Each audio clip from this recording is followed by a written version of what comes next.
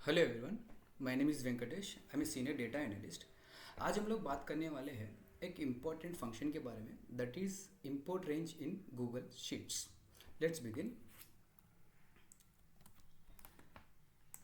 Import range होता क्या है? Import range helps you to connect with multiple Google Sheets. इसका मतलब ये है, आपके पास मल्टीपल गूगल शीट्स है, आप चाहते हो कि एक शीट में से डेटा कॉपी करें दूसरा शीट में। मतलब कॉपी करना मतलब ये नहीं है कि आप कॉपी पेस्ट करो। ये इंपोर्ट रेंज फंक्शन ऑटोमेटिकली एक शीट में से दूसरा शीट में डेटा लाएगा विदाउट कॉपिंग द डेटा। इसका इंपॉर्टेंट फीचर्स और भी डीप में जाएंगे step by step. Secure data sharing with limited access. इसका मतलब ये है, फॉर एग्जांपल आपको मैनेजर ने बोला कि भाई ये शीट मुझे शेयर कर दो ओनली जनवरी मंथ का। अगर आप देखोगे या फिर जनवरी या फरवरी है, तो जनरली लोग क्या करते हैं कि शेयरिंग पे क्लिक करके आपको मैनेजर का ईमेल आईडी डालते, फिर शेयर कर दिया, राइट। उससे क्या होता है, अपने मैनेजर का रिक्वायरमेंट तो है था कि सिर्फ जनवरी का चाहिए, फरवरी का नहीं चाहिए, फिर भी आपने डेटा दे दिया। फिर दूसरा सिनेरियो ये है, आपके पास दूसरा एक शीट है, एडिशनल शीट, उसके अंदर कॉन्फिडेंशियल डेटा है, आप किसी को शेयर नहीं कर सकते हो। उस केस में भी अगर ये फुल शीट देने से क्या है कि वहाँ पे डेटा सिक्योरिटी का इशू आ जाएगा। तो ये प्रॉब्लम सॉल्व करने के लिए हम जनरली यूज़ करते हैं इंपोर्ट रेंज। उसका दूसरा पॉइंट है combining multiple sheets into one. For example आप मल्टीपल शीट्स मेंटेन करते हो, लाइक इन्वेंट्री का डेटा मेंटेन करते हो, दूसरा सेल्स का डेटा मेंटेन करते हो, फिर एम्प्लॉयज़ का डेटा मेंटेन करते हो। एक दिन आपका सीईओ आया कि भाई मुझे उस सेल्स वाले का और इन्वेंट्री का दोनों का डेटा चाहिए, तो आपको जनरली क्या करना पड़ता है, उसको मल्टीपल शीट्स उनको शेयर करना पड़ता है। अगर मैं मल्टीपल शीट्स शेयर करने की जगह एक ही शीट शेयर करूँगा, दोनों मतलब सेल्स का और इन्वेंट्री का दोनों डेटा कंबाइन करके एक ही शीट शेयर कर दूंगा, तो आपको सीईओ के लिए भी कन्वेंट रहेगा, एक ही शीट ओपन करना पड़ेगा उनको भी, आपको भी सिर्फ एक ही शीट शेयर करना रहेगा। दूसरा इंपॉर्टेंट पॉइंट है live data transfer. Import generally copy paste में क्या होता है, अगर आप एक शीट में से डेटा कॉपी किया दूसरे शीट के अंदर, उसमें क्या होता है कि लाइव डेटा अपडेट नहीं होगा। फॉर एग्जांपल 1010 है यहाँ पे, अगर कल उठ के 1011 हो गया तो कॉपी पेस्ट करेंगे तो मैन्युअली वो चीज़ अपडेट वहाँ पे नहीं होगा, लेकिन इंपोर्ट रेंज में वो ऑटोमेटिकली हो जाएगा। Single source of truth. और इंपोर्ट रेंज का एक और इम्पोर्टेंट पॉइंट ये है कि जब भी आप डेटा शेयर करते हो, आप उसको सिक्योरली शेयर करते हो। इसका मतलब ये है कि फॉर एग्जांपल आपके पास सेल्स मैनेजर आया, वो बोल रहा है कि मुझे मेरे एम्प्लॉयज़ का, मेरे डिपार्टमेंट का एम्प्लॉयज़ जितने भी है उनका डेटा चाहिए। लेकिन यहाँ पे अगर ऑब्जर्व करोगे, सारे डिपार्टमेंट का डेटा है, फॉर एग्जांपल सेल्स का, एचआर का है। इंपोर्ट रेंज यूज़ करके आप सिक्योरली डेटा शेयर कर सकते हो। आपका मतलब सेल्स मैनेजर आया आपके पास, उनका डिपार्टमेंट का सैलरी डिटेल्स मांगा, तो सिक्योरली मतलब उनको सिर्फ सेल्स वालों का ही डेटा दिखे, वैसे अपन कॉन्फ़िगर कर सकते हैं इंपोर्ट रेंज यूज़ करके। Enable analytics using query. Query मतलब ये है कि क्वेरी एक डेटाबेस लैंग्वेज है, जनरली हम सीक्वल डेटाबेस में यूज़ करते हैं। वो लाइक आप डेटा को फिल्टर कर सकते हो, डेटा ट्रांसफॉर्म कर सकते हो। क्वेरी के ऊपर मैं फ्यूचर में इन डेप्थ वीडियोस बनाऊंगा। इन शॉर्ट आज के लिए हमको जितना ज़रूरत है उतना क्वेरी के बारे में भी सीखेंगे। Save time and reduces errors. इसका मतलब ये है कि आपको मैन्युअली कॉपी करने की ज़रूरत नहीं है। जब भी डेटा अपडेट होगा वो भी ऑटोमेटिकली वहाँ पे रिफ्लेक्ट होगा, मतलब आपका टाइम बच जाएगा इसके अंदर अगर इंपोर्टेंट फंक्शन प्रॉपर्ली यूज़ किया तो। Keeps raw data and report separately. Let's say जैसे अपने आगे मैंने आपको बताया कि सेल्स डिपार्टमेंट वालों को, अपने सेल्स मैनेजर आए आपके पास, तो अपने सेल्स का डेटा उनको अलग से शीट बना के दे दी। फिर एचआर मैनेजर आए तो उनको लिए एचआर फिल्टर करके अलग से इंपोर्ट रेंज फंक्शन यूज़ करके अलग से शीट बना के दे दी सिक्योरली, राइट। अभी आपने डिफरेंट डिफरेंट एक मास्टर मतलब सोर्स फाइल में से आपने डिफरेंट डिफरेंट फाइल्स बना दी उनके रिक्वायरमेंट के हिसाब से। आप अभी जो रेस्पेक्टिव डिपार्टमेंट हेड है, डिपार्टमेंट मैनेजर है, उनको तो अपने डिपार्टमेंट का, रेस्पेक्टिव डिपार्टमेंट का डेटा मिल गया, वो डेटा यूज़ करके खुद रिपोर्ट्स वगैरह बना सकते हैं without touching your source and original data, right. हम अभी इसको प्रैक्टिकल कैसे इम्प्लीमेंट करते हैं वो भी देखते हैं। लेट से HR डेटा, ये सोर्स डेटा को मैं एक डेस्टिनेशन फाइल में लाना चाहता हूँ विदाउट कॉपिंग। लेट्स सी कैसे लिखते हैं query. Equal to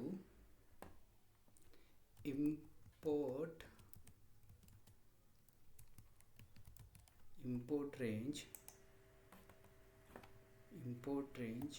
double quote के अंदर आपको जो सोर्स फाइल का लिंक है वो लाना पड़ेगा। कॉपी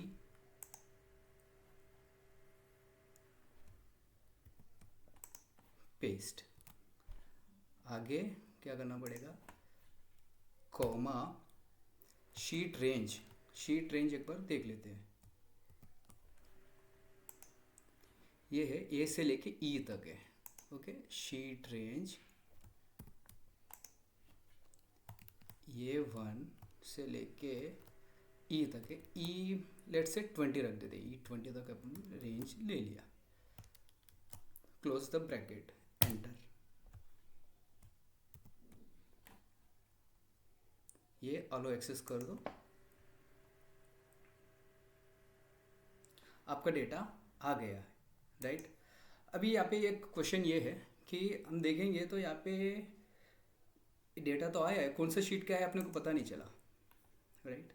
तो वो जानते हैं, ये जैन का डेटा आया 1010 यहाँ पे है, यहाँ पे भी 1010, क्योंकि हमने रेंज तो दिया है लेकिन शीट नेम नहीं दिया, इसलिए इंपोर्ट रेंज ने क्या किया, ये उनको पहले जो शीट मिला है उसमें से डेटा लाके रख दिया है।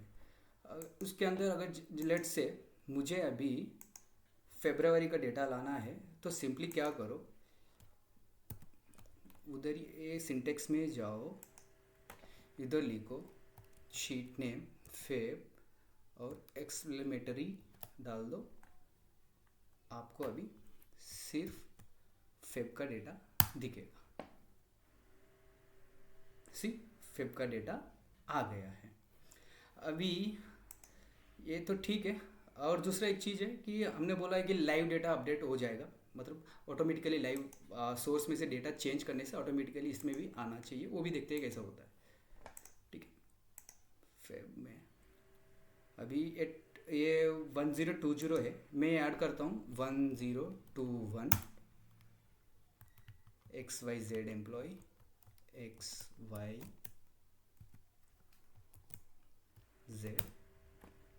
एम्प्लॉय, उसको लेते हैं फाइनेंशियल, चलो इधर ठीक है, सूरत डालते हैं, सूटी।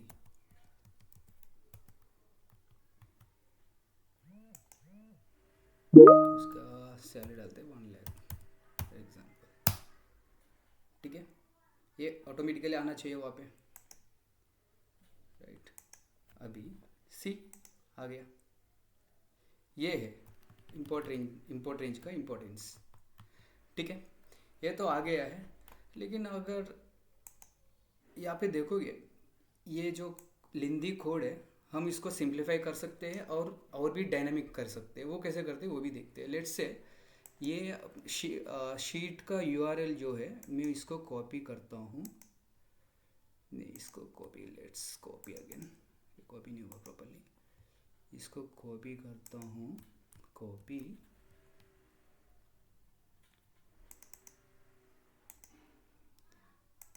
यहाँ पे पेस्ट किया। ठीक है, अभी मैं ये यूआरएल को यहाँ पे लिखने की जगह डायरेक्ट वो सेल का रेफरेंस दे देता हूँ, सेल का H2 डायरेक्ट लिखते हैं H2। ठीक है,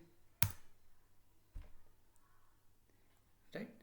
देखो ये डायनेमिकली कल उठ के अगर आपका शीट चेंज भी हो गया, शीट यूआरएल चेंज भी हो गया, तो सिर्फ आपको यहाँ पे रेफरेंस ही चेंज करना है, बाकी ये ऑटोमेटिकली ये रिफ्लेक्ट हो जाएगा आपका डेटा। और दूसरा, अगर शीट नेम को भी डायनेमिक करना है, शीट नेम आपका ये शीट नेम को भी डायनेमिक करना है, वो भी कर सकते हैं। लेट्स सी वो कैसे करते हैं।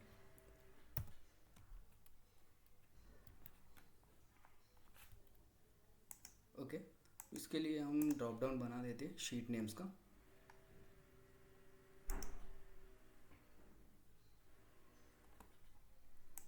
पे शीट नेम जैन एक है और दूसरा है फेब। ठीक है, डन। अभी यहाँ पे अपना कोड में ये हटा दे, ये जो हार्ड कोड किया हुआ है, ये जो हार्ड कोड किया हुआ है मैं उसको निकाल दे रहा हूँ। मैं इस सेल का रेफरेंस दे रहा हूँ डायरेक्टली यहाँ पे। कौन सा सेल है? ये एच है। ओके, एच को और इधर डाल दो एंड क्या करेगा, आपको टेक्स्ट को ज्वाइन कर लेगा।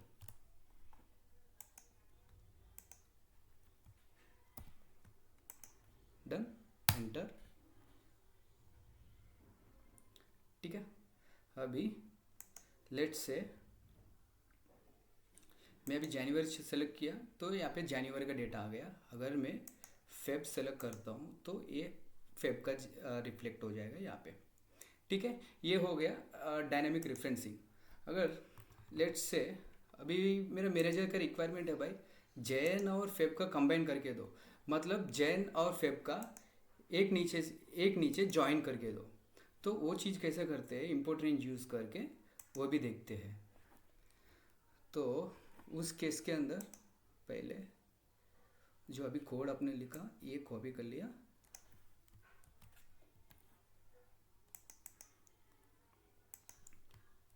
कॉपी करके अभी ये डायनामिक रेफरेंस जो दिया शीट का, ये शीट डायनामिक रेफरेंस दिया उसको हटा देता हूँ मैं इसकी जगह, क्योंकि दो मल्टीपल शीट को ज्वाइन करना है इसलिए मल्टीपल शीट का नाम देना रहेगा। यहाँ पे इज द जैन, ये जैन आ गया, यहाँ पे जैन ले लिया। ठीक है, अभी जैन आ गया है, फिर इसके अंदर फेब का भी ऐड करना है, करेक्ट, वो है अपना रिक्वायरमेंट है। तो उसके लिए इधर जैन को वापस कॉपी करो, सेमी कॉलन इंपोर्ट रेंज, यहाँ पे फेब रेफरेंस डाल दो, शीट नेम, ये दोनों को हम रैप कर देंगे कर्ली ब्रैकेट के अंदर।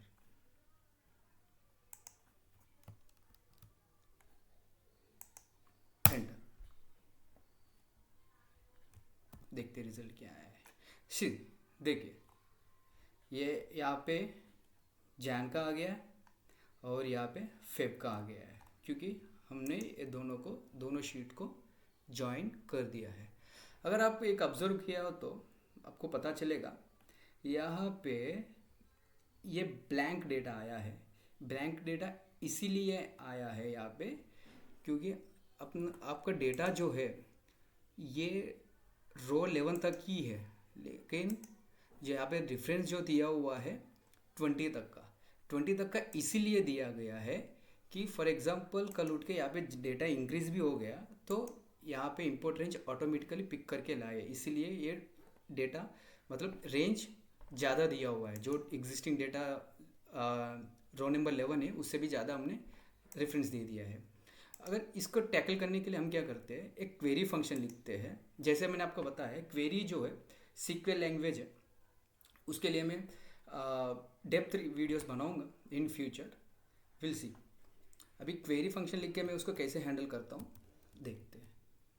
Query open bracket comma double quote के अंदर हम लिखेंगे select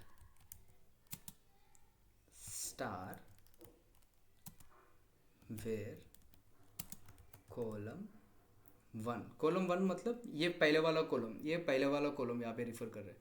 column 1 is not null, bracket close, enter. C एक ऐसे अपना ब्लैंक रोज निकल गया है। ये होता है इंपोर्ट रेंज का यूज़। आई होप आप एंजॉय किए होंगे ये वीडियो। फ्यूचर में भी कंटिन्यूस वीडियोस बनाता रहूँगा। जस्ट फॉलो अकाउंटिंग बाबा, कीप लर्निंग, बाय।